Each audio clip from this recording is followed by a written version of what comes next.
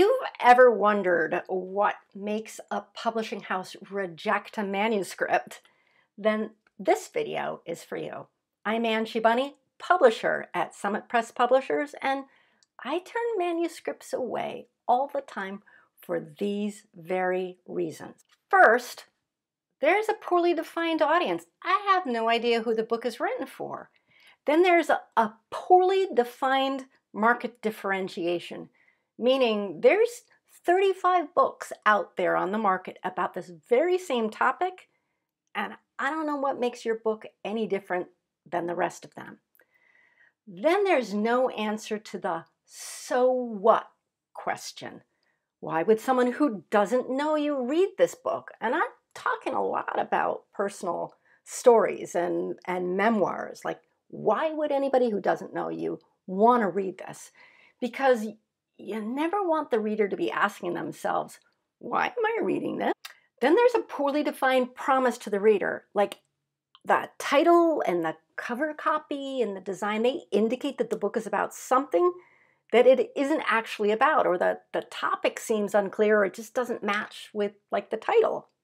Or the manuscript length is inappropriate for the genre. This is especially important for business books, which should be roughly 200 pages, like 60,000 words at 6x9 trim.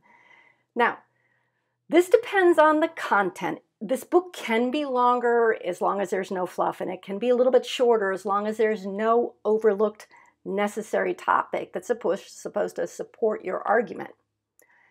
Then there's a lack of clarity or direction. I mean, I can tell when you have not followed an outline because, number one, you've probably thrown everything but the kitchen sink into it and it's all over the place, or you've got circuitous logic or wording that just doesn't make sense, or you've focused on the details instead of the larger issues, especially at early stages. I mean, like, if there's no arc, if there's no logic flow, I'm not really worried about commas.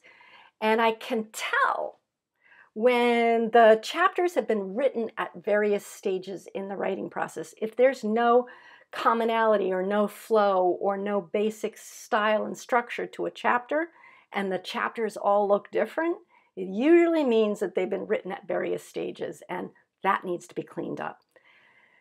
Then there's a matter of the author letting a manuscript go too early. This usually looks like a first draft. The author doesn't understand that the first draft is just a first draft.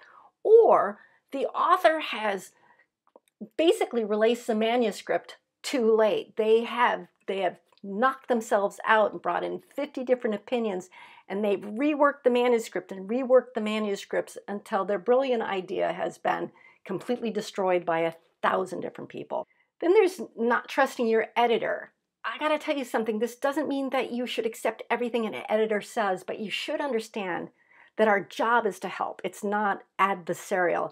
We don't actually want to kill your darlings. We want to help you raise them well.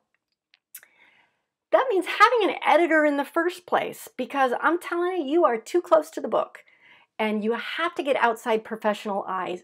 All right, in addition to your friends or family.